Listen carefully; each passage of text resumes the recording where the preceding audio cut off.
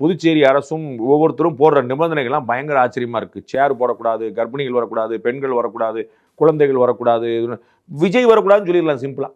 விஜயோட கூட்டங்க, விஜய் வரக்கூடாதுங்க, மற்ற எல்லாம் பண்ணிக்கங்க சொல்லலாம். என்ன ஒரே காமெடி, இப்படி யாருக்காக போடுவாங்களா? அவருக்கு அதிகமாக கூட்டம் வந்து அதை ஃபெசிலிட்டேட் பண்ண வேண்டியது உங்களுடைய வேலை. எம்ஜிஆர் கவர்மெண்ட் இருக்கும்போது சுப்பிரமணிய சாமியை ஹவுஸ் அரெஸ்ட் பண்ணாங்க. அப்போ என்னங்க பிரச்சனைன்னு வரும்போது அவருக்கு வந்து பாதுகாப்பு இல்லை, உயிருக்கு அச்சுறுத்தல் இருக்கு அப்படின்னாங்க. சுப்ரீம் கோர்ட் வரைக்கும் கேஸ் போச்சு. அப்போ சொன்னாங்க, ஏங்க அவருக்கு உயிருக்கு அச்சுறுத்தல் இருக்குன்னு யார் மூலமா அச்சுறுத்தல் இருக்கோ அவங்கள பிடிச்சி உள்ள வைங்க. யாருக்கு உயிருக்கு அச்சுறுத்தல் அவரை பிடிச்சி உள்ள வைக்கிறீங்க? உங்களுக்கு புரியுங்களா? இவரை கொல்ல பார்க்கறான்னு யார் கொல்ல பார்க்கறானோ அவனை பிடிச்சி உள்ள வைப்பீங்களா?